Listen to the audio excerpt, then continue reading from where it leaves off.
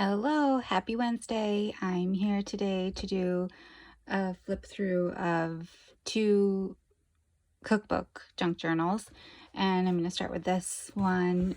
It's a Better Homes and Gardens cookbook binder, and I think this one was from the 50s. So I left the cover completely as it is. So this will be listed in my Etsy shop later this week, and if you purchase it and you would like to, you could add lots of decorations to the outside. I really thought about adding some like calico fabric here along the spine, and I may include some that I feel like coordinates with this in case you want to add it, but I wasn't sure. Sometimes people just want it to be the authentic just complete normal of the original copy, I should say. Anyway, this is one of my favorites, so I hope that you love it also. Like I said, this will be in my Etsy shop this Thursday or Friday, so tomorrow or Friday, and I'll post an update when I list it if you're interested in purchasing it. If not, I hope that you enjoy the flip through and you get some inspiration for your own projects. I love watching flip through videos, so anyhow, let's take a peek. So the inside, I started, if you've ordered a junk journal from me, you've figured out that I like to add lots of goodies with the journals for you to make them your own. And I started putting together a packet for this one. So that's what that little vellum envelope is. But this is the original inside cover of the journal. And I added some paper here and some trim to make it a little bit of a tuck, so you can add different things in here if you'd like. This size journal is giving me a little bit of a challenge with the video because it's hard to get it all in frame. So I hope it's showing up okay. And then for this, this is just the cover of one of those cooking competitions from Pillsbury. Don't know if, oh, this one's 1953, so it's just the front cover of that one, and it's got some writing on the back. You could put some paper there and write some recipes or something like that. And really cute scrapbook paper. This is a vintage label. Let me see if I can bring it up here. This is a vintage label, and I've sewn it to some paper and some tissue type wrapping paper and some fabric to make it sturdy, and there's a little milk cap, whoops, there. And then in the pocket is a postcard and a little vintage Kellogg's ephemera memo sheet, some green stamps, and some of this red and white and blue stationery that I just stitched together to make a little pamphlet, so you could write lots of different recipes in there. And then this is an image from a book page, and I have covered it with tracing paper so that you could write directly right over this if you wanted to. If you didn't want to, it's just a cool texture, and you could just do like a little recipe right here is what I was thinking. And then there's a little fabric tab down here with a little flower that I made out of some fabric and a button. A lot of trims throughout, like most of my journals. And then this is an index card that I made with some fabric and buttons, and just a recipe for chocolate bars, apple oatmeal bars, and just some sheets of paper stitched together so you could write some more recipes there. And then this is another tuck, and I just have an image sewn onto some craft paper so you could write a recipe on the back. And if you didn't want to write recipes in this and you just like I love all the illustrations from cookbooks and just the kind of the food vibe feel, you could still use this as any type of junk journal. It doesn't have to be recipes, but I think it would be a neat recipe book. Another vintage envelope with some things in here. This is chop suey casserole. This is a handwritten vintage recipe, and another little pepper seed packet.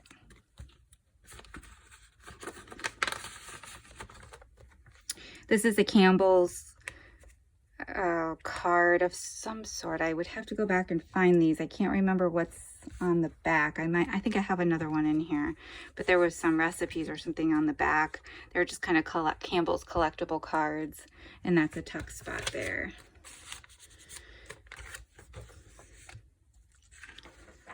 This is from a vintage children's cookbook. The paper is a little bit brittle, but still holding up. I think that one's pretty old. I have a few of these envelopes. They were holding these Mystic grip discs, and I took out the grip discs and just used the envelope because I think they're kind of retro-y looking. And then I put some fabric along the side, and this is a canning and freezing index card here. This is a printable from, oh gosh, I'm losing my mind. I can't think of what her shop is called. She's Shawcraft1 on YouTube. I cannot think of what her shop is called. I will write it in the description of this video, but there's some more fabric and a little applique flower, a note sheet, another Kellogg's stationery with some collaging, and a recipe sheet with some fabric here that's tied into a bow and some trim. This is from a vintage recipe book. It's handwritten, but it's copied. They were all handwritten, but they were multiple productions of them. And then some Curly Kate stationery with a little tab that's a tuck, and these are handwritten. This is a printable, but this one is authentic vintage. And this one I just backed with some ledger paper so you could write on the back of it. A vintage coaster here. This is a 1960s sandwich bag. It's like a waxed sandwich bag with a fruit cup label, a little collage of fabric here, and a button and some trim. And then there are some goodies on the inside too. So there's like a sheet of, these are not Denison, these are Eureka from 1963. These are little seals that you can use to decorate the journal. A vintage yo-yo. And this is a tuck as well. Let me take something out of here. And then, so that's a tuck. And it's just kind of some paper and doily. And these are authentic vintage, but I have a bunch of these. They were used, I believe, to mark like dairy cows that were for sale. And I got them at an antique show like a year or two ago.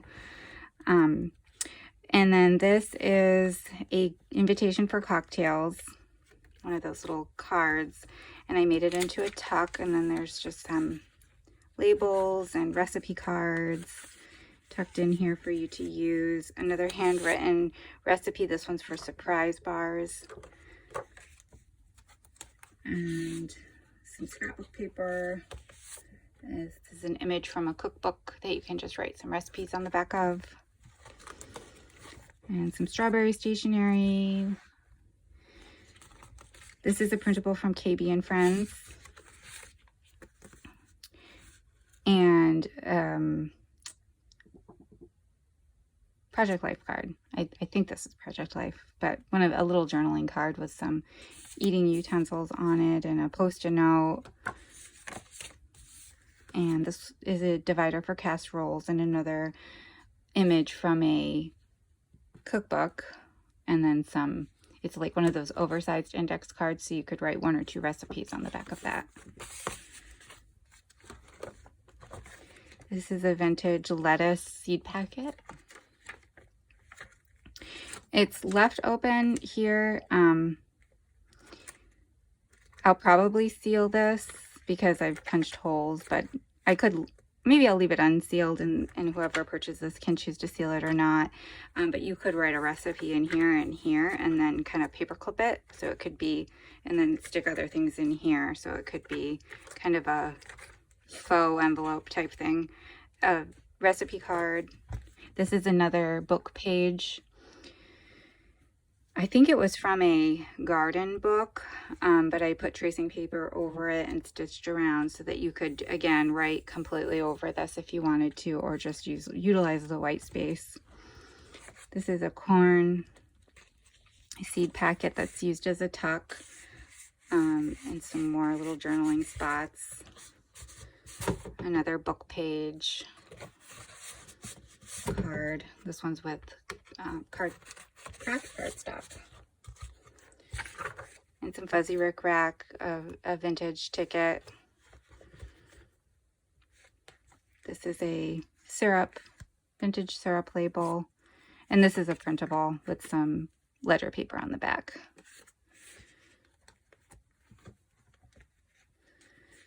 Post-a-let.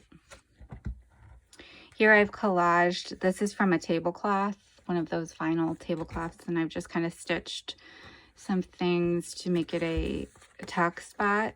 And this is from a book. It's got some cardstock on the back. And then it's also a tuck here. So this is one of those Campbell's collectible cards. And let's see, it's not a recipe.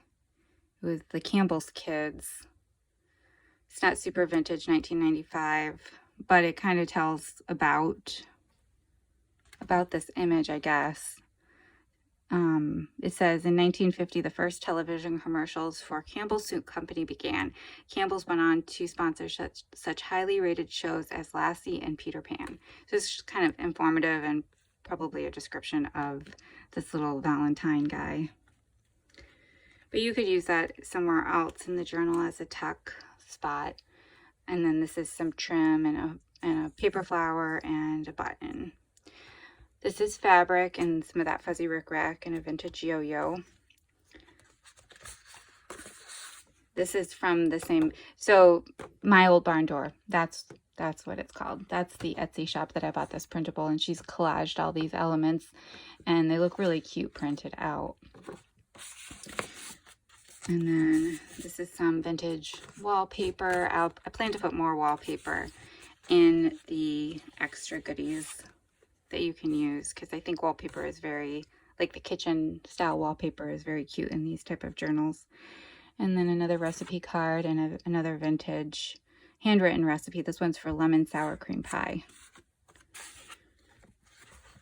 Try to go faster.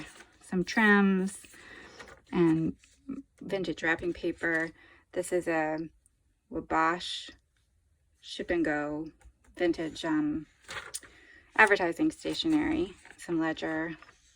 This is a pretty applique here. And then this is just a little tuck spot with these dime wrappers and a milk cap. And it's another one of those little miniature calendars. This one's from 1946 and another handwritten recipe. These pockets, I really love how they came out. There's a few others in here I'll point out, but this is fabric layered on top of each other. This is some trim, and then this is a printable from KBandFriends. I believe this one's from KBandFriends, and I just stitched around it. So it's kind of like fabric and trim and paper collaged together. And then this is the same thing. So this is fabric, some trim, and then the paper. And I think it just adds a lot of different texture. It's kind of a cool visual thing. Okay, another handwritten. This one's pumpkin chiffon pie, preserves and jelly. This is a vintage photograph of two men and their dog, and another recipe card. Over here we've got some more recipe cards and another handwritten recipe. Try to go faster. This is my favorite little guy. Again, my Squirt Guy menu. Like I mentioned yesterday, 1946 copyright. This is another image with tracing paper, so you can write directly over all of it if you want to. And then this is a little, like a ribbon type thing. When I made this, I was thinking of like those first place, second, like the ribbons that you make first place, second place. I was kind of just experimenting with some of that starched fabric ribbon and a milk cap, but that's just used as a little tab. And then this is a tuck spot, and this is a tuck spot. Another milk ticket here. I hope that this video is showing these things because it's so far away. Okay, so here's another fabric pocket, and there's 2 layers of fabric, and then this is a part of a quilted piece of fabric, and there's still some batting in here, so it adds a dimension, and a paper doily, and then another vintage yo-yo here. That's another one of my favorite pockets. I like how those turned out. And some journaling spots here.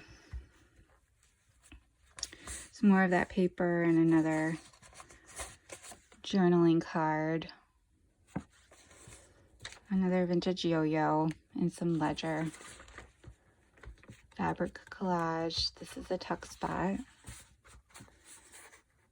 And some journaling spots or recipe making spots. This is some trim layered on top of each other to use as a tuck spot. So this is one trim and then another trim, and then this is an image. I think this one was from this cookbook. It's just an image of a vintage kitchen, kind of retro-y, and a fabric tab with an applique here. Some more fabric. This is a recipe card. McCall's recipe card. I think the date on this one was on the back, but I just stitched it in to be a pocket and put a little milk cap here and a doily in the back, and it's a tuck spot.